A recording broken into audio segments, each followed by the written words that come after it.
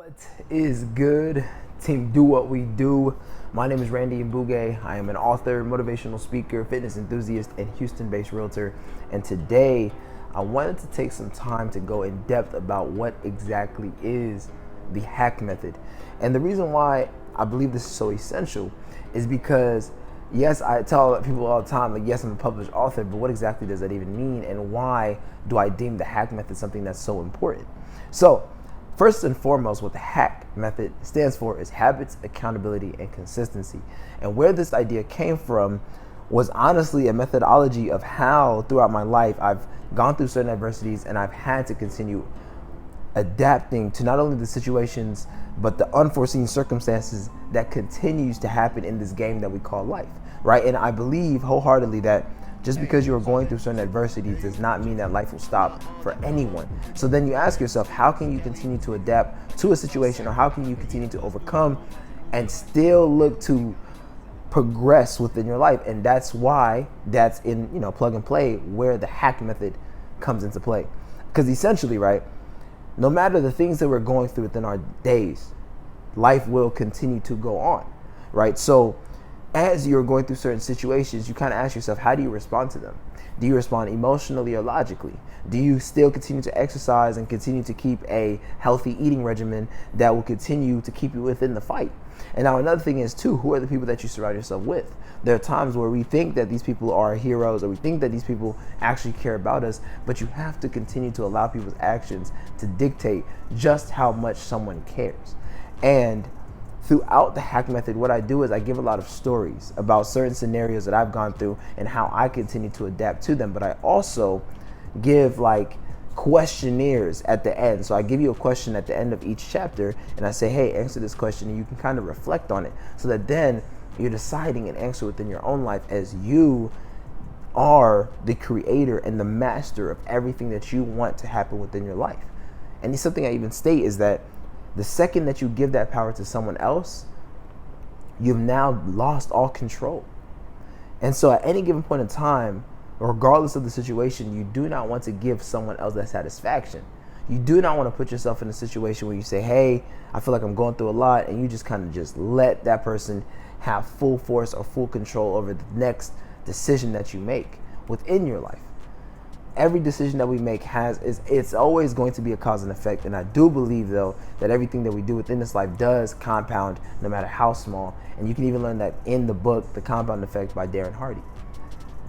It's what you also then do with your time and what you deem important.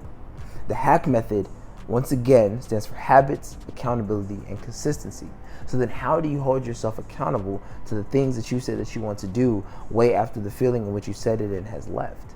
Understand that there's going to be times where you do not feel motivated. There will be times where things are not going your way. There will be moments where people are not believing in you. And time and time and time again, it is up to you and I to continue pressing forward. At the end of the day, that shall forever be one of the greatest things that we are able to control, is how we handle situations. And something that I've even noticed within my own life is that you never want to give people the reaction that they're expecting out of you. Some people may be expecting that you're going to turn up on me, or you're going to yell, you're going to get loud, you're going to get violent. But it's like, imagine though, right? You continue to stay calm and you handle a situation with the utmost respect, honesty, dignity, loyalty, but even just more so calmness. And they're like, whoa, I did not expect that out of you. They attempted to limit you. They attempted to undermine your capacity to excel and succeed. And you proved them wrong time and time again. Those are things that you are able to take pride in, because no one is then able to dictate how hard you're able to work. And a lot of the time too, people must ask themselves, what are they actually willing to sacrifice to become the individual that they see fit for themselves, for their life. You want to be able to surround yourself with people that think further than just right now, but they are not losing hope, or they're not losing pride within the present. And another quote that I, am just piggybacking off of within my book is that You know, the past has already happened and there's nothing that you can do about it. The present is a present, and then the future is yet to come. So everything that you do today will then dictate what happens within the future. So then why not just continue to live within the now?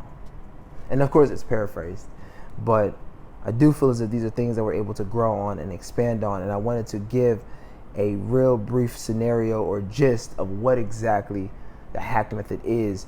And at any given point in time, if you want more videos like this, please feel free to let me know.